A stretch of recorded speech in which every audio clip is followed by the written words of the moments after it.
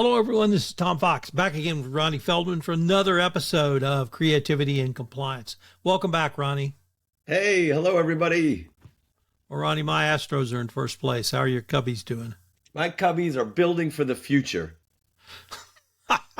Okay. Uh, Ronnie, you have suggested the topic of pattern disruption. I was incredibly intrigued by this because number one, I don't recall you and I ever talking about this. And even more importantly, I don't recall that phrase being used in any sort of compliance webinar, compliance conference, compliance blog post article, or any other place where compliance professionals discuss topics. So, what is the importance of pattern disruption in compliance? Yeah, well, so I love this phrase because look, people who listen to this podcast, or if you're listening for the first time, we talk a lot about creative approaches to training and communication because we think it's in a more efficient and effective way to mitigate risk. But people need to hear, I feel like because compliance is so risk averse, they need to hear the behavioral science behind these approaches. Um, so let's start. Let's frame it up this way.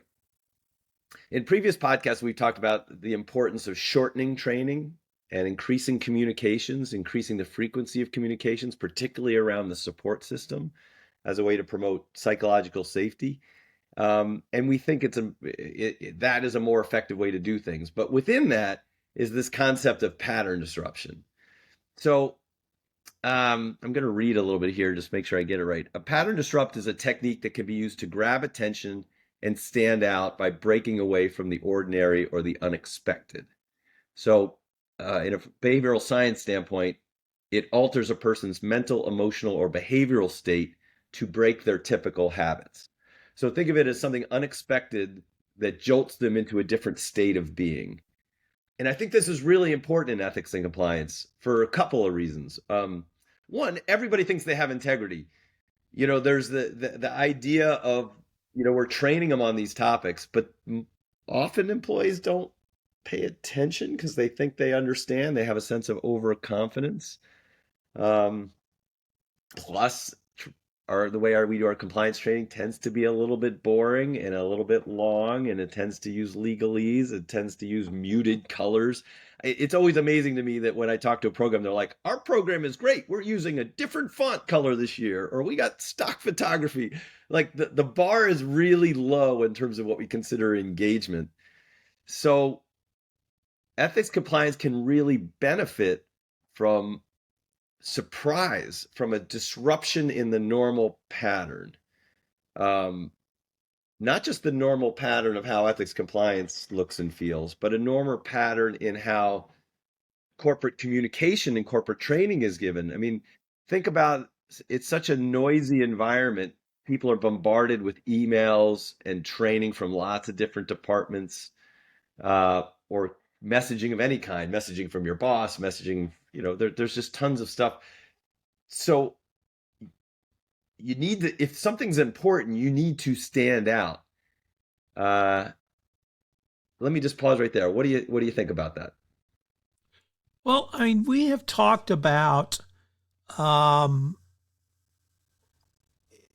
the downside to trying to shame people or say, don't do this because it's bad or don't do this because it's illegal, when the people hearing the message will say, well, I would never do that. I'm a very ethical person. And this, I guess I had not thought about what you were saying in the context then as you need to disrupt a pattern. So it seems to me that jolt, I guess what I have heard you say is, here's why we're doing training wrong and here's how to do it better. And now I may be hearing you've got a jolt in addition to the compliance function doing training better. Is that consistent? Well, it's funny you use the word consistent because one of the issues I have with the way we do training communications is we should have consistency of messaging, and I think that messaging should be positive because we tend to do finger waggy or scare tactics, right? Do this or else. Uh, so consistency of messaging in a positive way. You are supported. This is how we do things the right way. There's ways to speak up that are and you can be choose to be anonymous. This is how to be an ally for your peers. Like these are things that we want to say more and more and more frequently. Um, but if you do that in a way that's boring or milk toast, kind of or um, a lot of marketing departments really want things to look and feel the same when it comes to training and communications, which drives me crazy because it lessens the likelihood that people will actually pay attention to it. So I think the most important thing we do is consistency of messaging, but variety of delivery mechanism, if that makes sense. So this starts to open you up on why creativity, creative and entertaining and fun approaches are helpful even around these serious messages because we need to break that pattern pretty frequently or else people tune it out. I make the case that like I love The Simpsons. I can't remember the last time I watched it because I'm like, oh, I've seen that before. Do you know what I mean? Like I loved it, but I don't pay attention to it anymore. So you have to constantly reinvent yourselves, old wine in new bottles, if you will. So and it's to get this pattern disruption. So people go like, wait, what is that? Oh, that's interesting. Let me pay attention to that. So let me see if I can reframe this or rephrase this, because we have talked a lot on this podcast about engagement. How do you get engagement? How do you get employees to listen? How do you get them to implement what you've told them? And I'm fully bought into your vision around engagement. And I guess my confusion is, am I hearing something different now? Is there a different component that gets an employee engaged? And is that different component not pattern recognition, pattern disruption? Because when I try to think about just the stupid TV ads that I remember, it was because they were so unique. Yeah. And, we called them stupid at the time, but they were unique. And literally, I can still remember some as a kid. It's not nice to fool Mother Nature, things like that. And they stuck with me because they engaged me in a way that I thought was humorous, and it was something I used as an adult.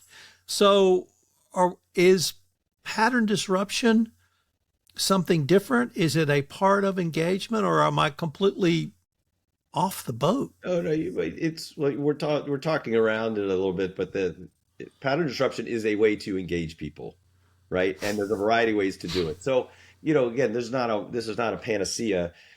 Again, consistency of messaging. So, uh, if you have a tagline, we do the right thing, we speak up, or we do business the right way, whatever those things are. Um, Consistency of those messaging, but finding different ways to deliver that message. Maybe it's a campaign, like, I do a lot of stuff with music. So we might have like a series of musical jingles about different aspects of compliance. So it's consistent in that it's lots of musical things, but maybe different tunes. And then next year, maybe we do something else. So one is you could pick a method for a year, but it has to be creative and interesting, like the Geico commercials or the State Farm ads or all those things, right? You can have like a fun thing that you can repeat for a while. But I'm a big fan of actually just mixing things up pretty regularly. So you can have the speak up message pretty consistent while varying all the different ways that you're going to get that messaging out. And that gives you the best chance to engage more people over time. Okay, I think I understand that I'm the problem here, because if I'm going to have my pattern disrupted, it's going to be because I hear the opening lines to I Am Iron Man, or the opening riff to Born to Be Bad, or something that's going to jolt me, and I'm now disrupted. Okay, now I'm paying attention. Is that what you're saying? Yeah, well, again, there's a variety of ways to deploy this. So let's actually go into some examples. So I think if you've never done anything like this before and you've done what we'll call the traditional training and communications around compliance, and you want to do something different, um, you and I have talked about this quite a bit actually because it's becoming more and more prevalent. One idea is to change the name of your compliance department, right? So like I've been doing some rebranding efforts where we're showing up differently. hey, we're not compliance, we're the I team, or we're the I care team, or we're the Inspire team, or we're the I'm working on a couple of them right now with different companies, just a different name, a different logo, a mascot. Do it right, Rick. Actions Matterly. The Yum Brands. Uh, they use all the a pizza slice and a chicken bucket. Like there's lots of different ways to break the pattern of what ethics compliance is. So that's a big one. But that's only going to be new for a while, and then you got to roll out content in a different way. So one technique is obviously name, logo, mascot. Uh, Another technique, I'm just making some trainings for a company, and we have we've made a code training. We have to roll out a lot of stuff. So we're like, what can we do at the very beginning to make them feel like this is different? So we wrote a question. It says, the first question on the course says, while I'm taking this training, I will click on the things that you will be doing. A, folding laundry. B, calling my buddy and asking for the questions, asking for the answers.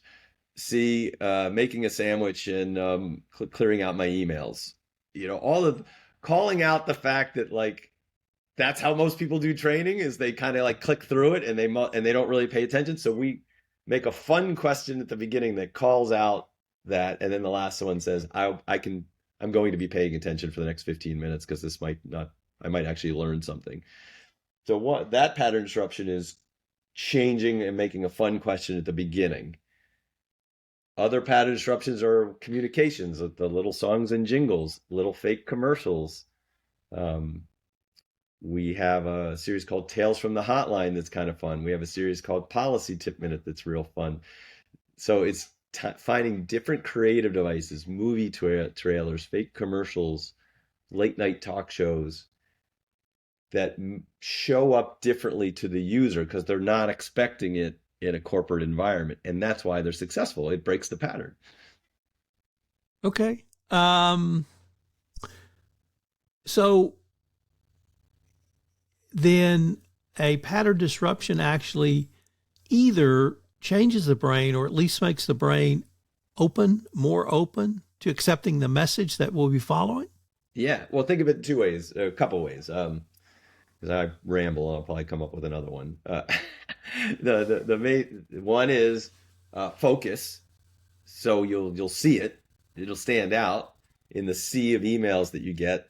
The one that's got a fun image and a cool, interesting hook to it, you'll click on that. It's clickbait, right? Which is hard for you privacy and phishing folks out there. But the idea of like corporate fish clickbait is not bad. You want people to click on the policy and learn about it. So one is getting attention, standing out. And the other is engagement in that message, which is why entertainment is important, because emotional connections, when you find things that make an emotional connection, a good story, a fun song, something that makes you laugh, something that makes you think, those things tend to have a higher, I think I might be making this phrase up, a higher imprint rate. It makes a bigger imprint on your brain and it lasts longer. So a pattern disruption serves two focuses: stand out, get noticed, higher engagement rate, and technically a longer recall with that too. So that's kind of it. It's not too sophisticated a concept. It's just the idea that we need to focus on not having everything look the same way, and to try new things, and to be to free yourself up to make sure that your stuff doesn't look like everybody else's stuff, even that might be slightly contrary to what your internal comms people might be saying, because then nobody will pay attention to these very important messages. I rarely get the money clip from you on the last word, but you gave it to me there. Perfect. I think that's a great way for us to end this episode, Ronnie. Tell everybody goodbye. All right. Bye, everybody. Have fun out there.